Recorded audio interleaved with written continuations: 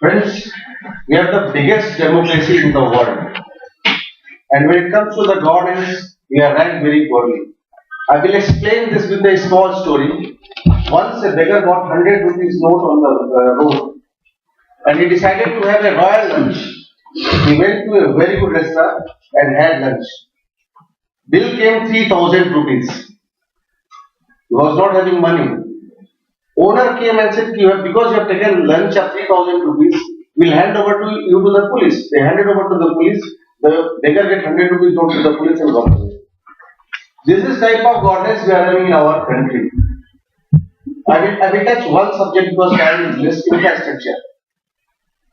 There was a lot of discussion about the golden quadrilateral. It was started in 2001. It was supposed to over by 2005. But by 2011, still some 79 kilometer is balanced. And the road they made in 2002 and 3, they were already started breaking out.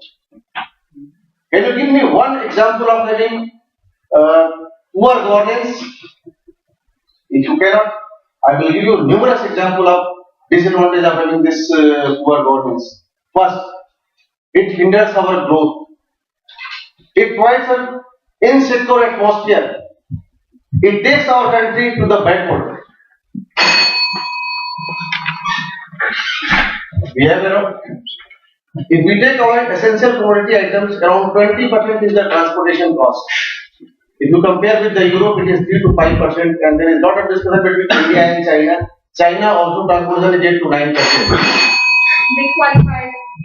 On June 23rd, 2011, UN Secretary General Ban Ki-moon presented a report in New York which says 4.8% of the world population is abusing drugs, and drugs cause 22 deaths per hour. We have abundant instances, if you remember the newspaper reports about the wreck figures of Nizamuddin consuming white eraser fluid. And the sale of white eraser fluid in Delhi alone is rupees 20 lakhs per day. And in South Africa, a woman, a mother, killed her 20-year-old son as he sold her undergarments for marijuana. He terrorized the mother for long 7 years. A few years back, I was also taking some drugs, but I left everything after seeing all the above experiences. And the whole point of observation is that youth generally starts with gateway drugs like alcohol and tobacco and move on to high drugs like heroin, cocaine, ADS, cannabis, hallucinogens and volatile solvents. Can you tell me one benefit of taking drugs? If you can't, I can give you 3 benefits of not taking them. Improvement in health, improvement in social status, and improvement in financial status.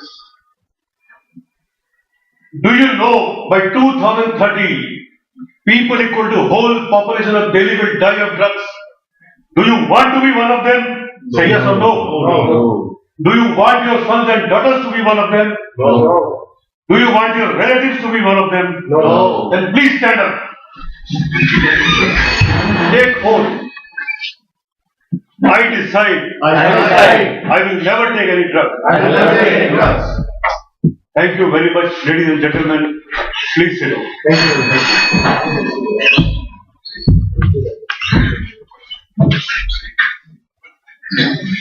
Topic is rash driving.